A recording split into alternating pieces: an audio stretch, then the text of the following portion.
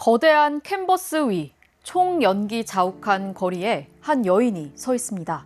그녀의 머리에는 자유의 모자가, 한 손에는 총이, 다른 손에는 프랑스의 삼색기가 펄럭이고 있어요. 헝클어진 머리칼과 찢어진 옷은 그녀가 방금 격렬한 전투를 치렀음을 보여줍니다.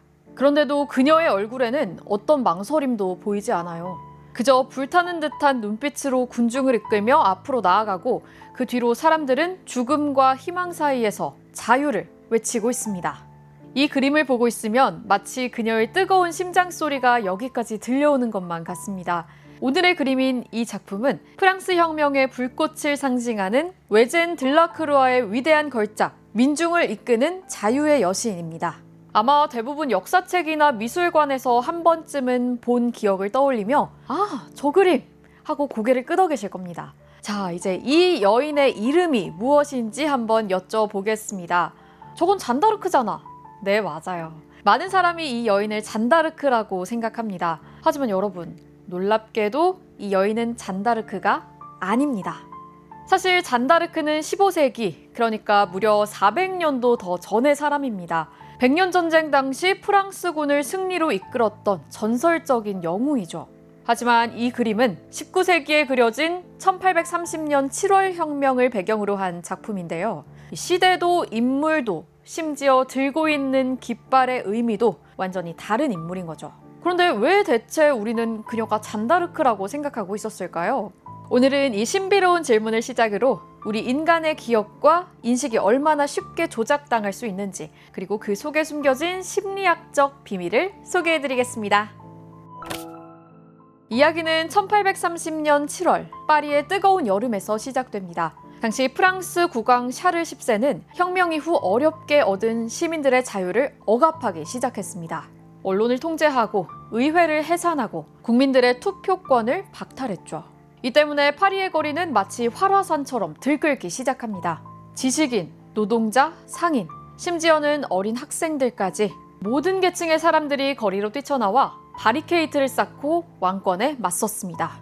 이 혁명은 단 3일 만에 왕정을 무너뜨렸습니다. 이 혁명으로 새로운 시대를 열었기에 3일의 영광이라고도 불리죠. 이 격렬한 역사의 현장을 한 남자가 지켜보고 있었습니다.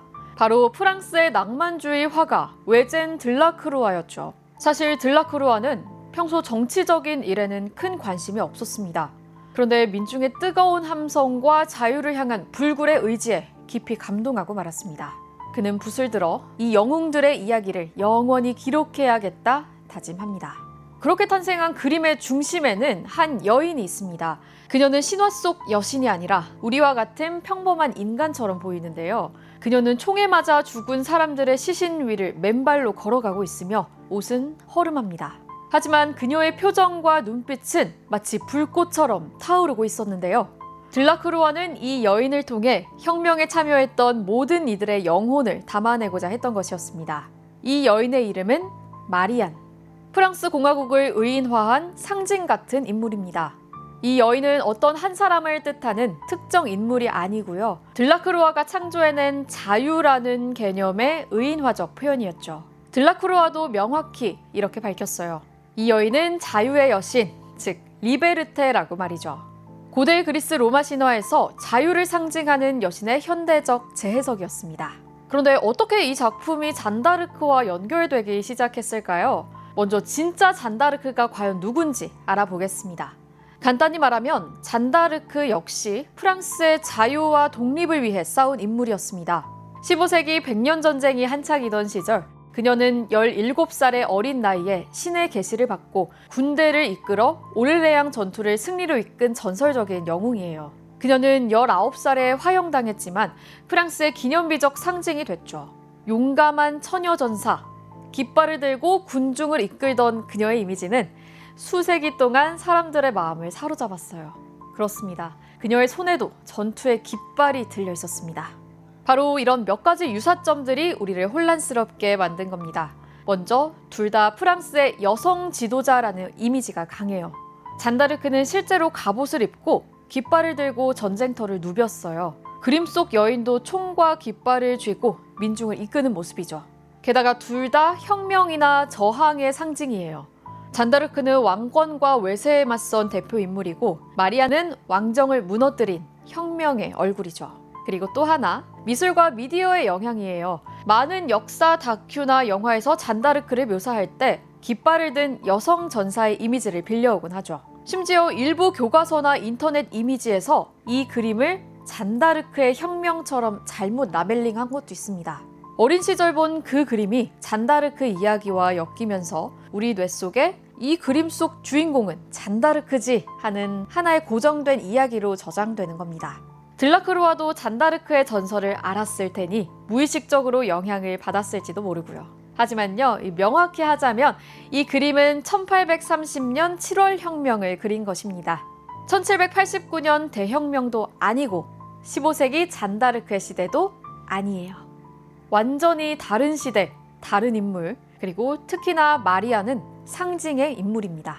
우리가 당연하게 알던 사실이 알고 보니 집단적인 오해였던 이 신기한 현상을 바로 만델라 효과라고 부릅니다. 사람들이 집단적으로 똑같이 잘못된 기억을 공유하는 현상.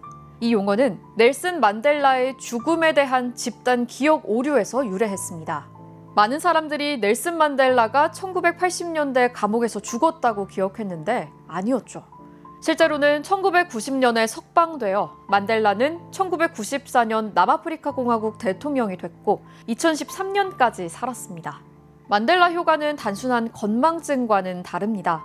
수많은 사람들이 동일한 거짓 기억을 공유하고 있다는 특징이 있죠.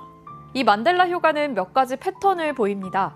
첫째, 비슷한 요소들이 결합되면서 새로운 기억이 만들어집니다. 들라크루아 그림의 경우 프랑스, 여성 영웅, 깃발이라는 공통 요소가 잔다르크와 연결됐습니다.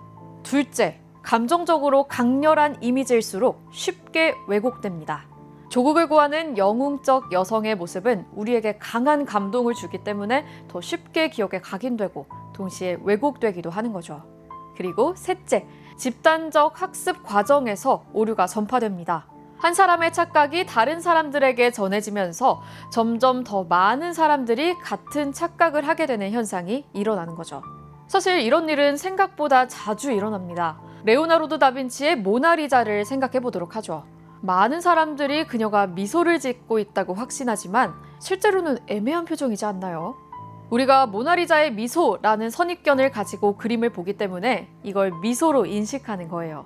이렇듯 우리는 새로운 것을 볼 때 종종 우리가 알고 있다고 생각하는 이야기를 더 씌워서 해석합니다. 그리고 그 해석이 계속 반복되면서 마치 사실인 것처럼 굳어져 버려요.